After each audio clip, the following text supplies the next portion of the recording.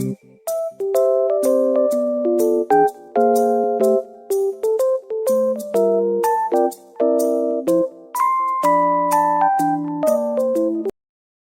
warahmatullahi wabarakatuh.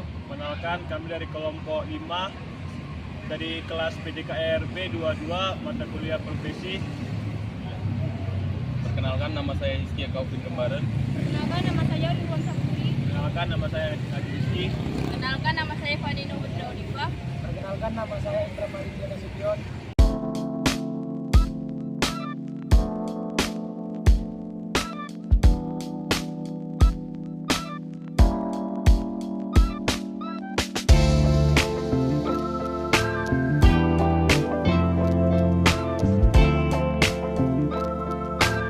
Pagi Pak, Pagi. mohon maaf dengan lupa. Ya. Perkenalkan, nama saya Nurul Saputri. Kalau boleh saya tahu, saya berbicara dengan Bapak siapa ya Pak? Oh, nama saya Sujianto. Saya guru PJOK di SMP Negeri 27 Medan. Kami dari mahasiswa UNIMED ingin melakukan wawancara kepada Bapak tentang manajemen substansi pendidikan untuk memenuhi tugas profesi pendidikan kami. Di sini kami ingin melakukan wawancara dengan materi tentang manajemen kurikulum. Pertanyaan pertama dari saya yaitu, kurikulum apa yang digunakan di sekolah ini dan apa alasan mengapa menggunakan kurikulum tersebut? Sekolah kita ada menggunakan 2 kurikulum. Kenapa seperti itu? Ketika tahun 2021 kurikulum Merdeka itu di kelas 7. Jadi 2 tahun kurikulum Merdeka baru kelas 8 batasannya. 2021-22 dan 22-23. Sekarang 23 kurikulum Merdeka masih terbatas sampai kelas 8. Sementara di kelas 9 masih menggunakan kurikulum K13. Jadi kalau ditanya kenapa harus memakai kurikulum Merdeka Belajar? Karena kita mengikuti aturan pemerintah, itu pastinya. Pemerintah dari Kemendikbud, Kementerian Pendidikan dan Kebudayaan,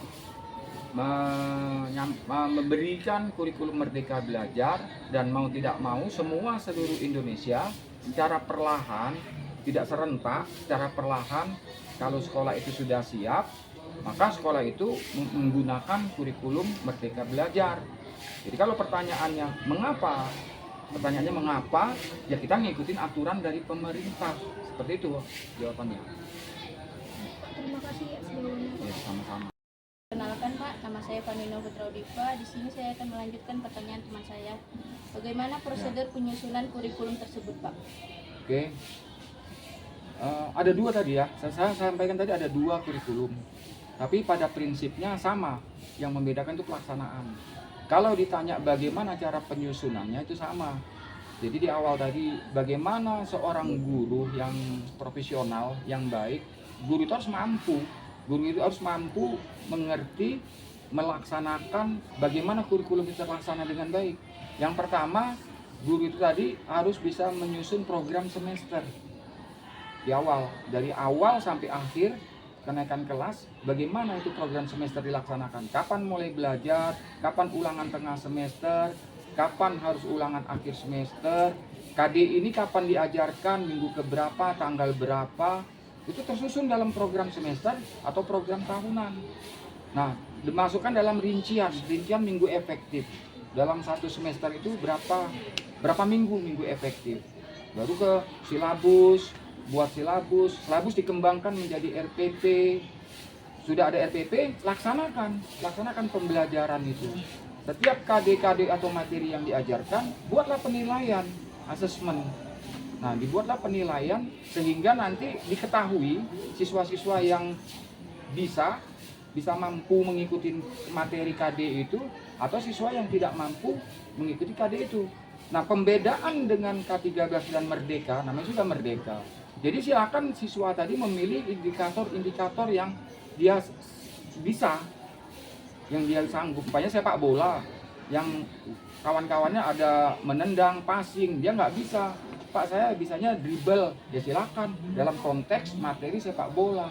Itulah materi belajar, dan akhirnya diketahuilah siswa-siswa yang tuntas, siswa-siswa yang belum tuntas, diberikan remedial, seperti itulah melaksanakan.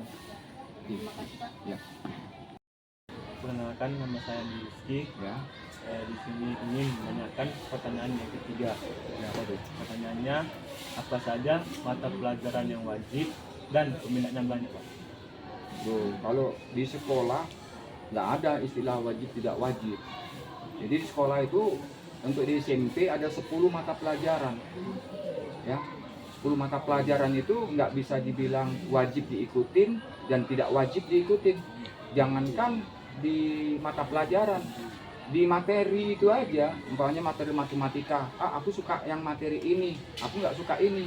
Atau penjas PJOK, dia materinya sepak bola, aku nggak suka sepak bola, aku nggak mau ikut, aku ikutnya yang bulu tangkis saja, nggak bisa. Jadi yang dalam konteks merdeka belajar tadi, materinya yang sepak bola, indikatornya tadi yang bisa dipilih. Jadi kalau materi itu nggak bisa, atau mata pelajaran itu nggak bisa. Jadi kalau dibilang mana mata pelajaran yang wajib, yang banyak peminatnya, ya saya rasa nggak ada. Jadi 10 mata pelajaran dalam satu kelas itu ya 10-10-nya harus diikuti semua. Seperti itulah belajar. Enggak seperti pelajaran yang seperti peserta didik, dia peminatnya seperti penjas kan, Pak? Ya. Jadi banyaan presiden ini peminatnya banyak situ, Pak. Enggak seperti matematika kan, orang kan banyak yang enggak suka matematika, jadi peminatnya kurang, Pak. Nggak bisa. Yang bisa itu di ekskul, ekstrakurikuler. Jadi ada ekskul apa, ekskul A, B, C. Dia minatnya mau kemana? Nah, di situ bisa di pemetaan mana yang banyak peminatnya. Jadi kalau umpamanya mata pelajaran dipetakan nggak boleh, nggak bisa. Sama apa perlakuan itu sama, nggak ada diskriminasi. Pak, saya nggak suka tik komputer, nggak bisa. Dia harus ikutin. Masalahnya bagaimana, yaitu kembali ke siswanya tadi lah, peserta didik, bagaimana dia bisa mampu mengikuti pelajaran itu. Ya, itu. Terima kasih, Pak. Ya. Pak, nama saya Ya. Pramali Tinisution. Di sini saya ingin melanjutkan pertanyaan teman saya. Apa saja kegiatan ekstrakurikuler yang ada di sekolah ini? Untuk kegiatan ekskul di SMP Negeri 27, kita ada sepak bola, ada paskib, ada paskibra, ada pramuka. Yang kemarin ada atletik, tapi tinggal 3 itulah, sepak bola, paskibra, dan satu lagi pramuka. Dan akan segera menyusul drum band. Yang untuk tahun ajaran nanti akan menyusul drum band. Dan mudah-mudahan ketiga ekskul tadi kita berprestasi sampai ke tingkat profesi, bahkan sampai tingkat nasional. Oke, ekskul tadi. Perkenalkan, nama saya Hizkiel Kaufin Kembaran. Oke. Saya di sini akan bertanya pertanyaan kelima. Bagaimanakah pengaruh kurikulum yang dipilih terhadap perkembangan peserta didik dan sekolah? Oke. Jadi mulai 2013-2014 kita menggunakan kurikulum K13. Nah, mulai dari tahun 2021, 2122, 2223 sampai batas kelas 8 kita menggunakan kurikulum Merdeka Belajar. Jadi dengan kurikulum Merdeka Belajar, namanya sudah merdeka, siswa memilih. Bukan memilih mata pelajarannya, mata pelajarannya tetap semuanya harus ikut. Tapi untuk materi indikator-indikatornya mereka bisa bebas memilih. Dan ulangan juga mereka bisa memilih. Jadi ulangan itu ada 3 yang bisa dia pilih. Untuk ulang ujian tertulis boleh, atau dia memilih praktek. Dia bilang mau praktek juga boleh. Atau yang ketiga macam PJOK, penjas, dia atlet dan banyak mengumpulkan sertifikat piagam melalui portofolio. Jadi portofolio itu bisa jadikan bahan penilaian bagi kita guru pendidik.